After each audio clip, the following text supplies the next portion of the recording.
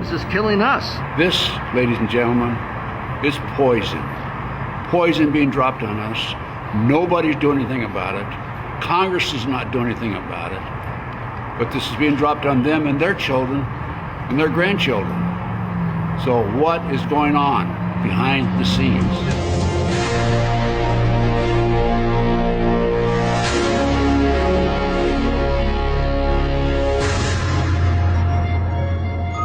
When I moved to the Pacific Northwest thinking I would find clean air and seeing these trails above that were blocking, in some cases, 60, 70, 80% of my solar uptake, clearly something was going on.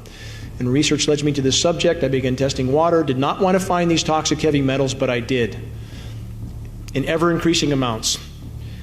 I'm in this fight because my children have no future if we don't stop this. And even if we stop this, we faced immense challenges, immense. There is even more climate engineering going on above the clouds on days like today. And we know this because it's coming down in the rain. These particulates are so small, they enter right through the lung lining, go straight into the bloodstream, and adhere to your cell receptors like a plaque. Again, we are all getting dumber by the day. And that's why, again, I focus on this issue. If we can't think clearly, what challenges will we face? None. We will face none.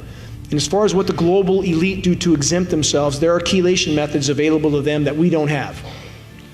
It's up to us to act. It's up to us to do what we can. Earth is now a toxic planet. There's no question about this. You can't hide from this. In fact, the only uncontaminated body of water on the planet is Lake Vostok in Antarctica because it's below a mile of ice. That's it. Nothing is uncontaminated, but the greatest single source is, again, climate engineering. All roads lead back to climate engineering. Why are the bees dying off? Colony collapse disorder. And I've spoken to the head bee people in the country, but they won't look. So why are the bees dying 1,000 miles into the wilderness? They're looking at a chemical, and chemicals are bad.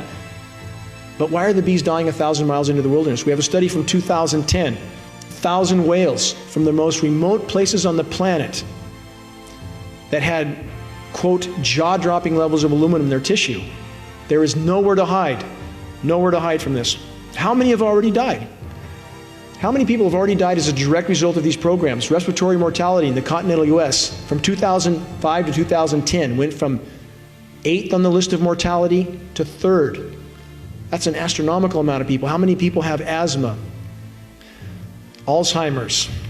By the way, the Alzheimer's Association about a month ago refused to sell me a $500 sponsorship for their event because they told me in no uncertain terms they did not want me talking about aluminum being connected to Alzheimer's. So we did a little research and found out that elements of the aluminum industry sponsor the Alzheimer's Association. We have, with the geoengineering, weather warfare. We know that cyclonic suppression is not only possible, but being done. This is hurricane suppression and hurricane augmentation. We saw Cyclone Haiyan last year in the Philippines cut a swath through that island nation, and now the U.S. military is there under humanitarian pretext, but now they're setting up bases. Same thing happened in Pakistan. Same thing in Thailand. Thailand refused the U.S. a military base that they told Thailand was for weather monitoring. The Thai government apparently knew it was for weather manipulation. They refused the base. Thailand immediately found itself underneath record floods. So we know this is going on, and when you have climate engineering, you cannot separate that from biological warfare. You cannot. So we have a climate science community that is either clinically blind, in total denial, or lying for a paycheck. How can you have the largest scientific panel in human history, the IPCC, 2,000 climatologists, that cannot recognize this atrocity in our skies? How is that possible?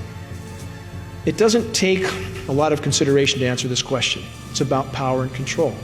It's always been about power and control.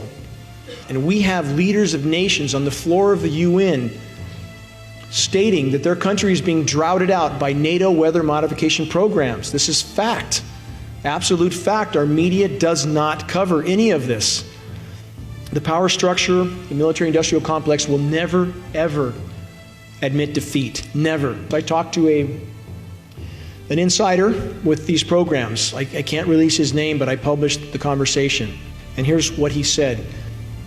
The government will never disclose these programs because they know if the public found out, and I'm quoting about verbatim, they would find those responsible and shoot them or hang them in front of a firing squad. They know how the public will react to this.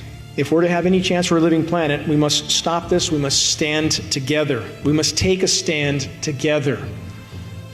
One of the most incredible men that I feel ever lived, Martin Luther King, said there comes a time when silence is betrayal. And we are at that time now.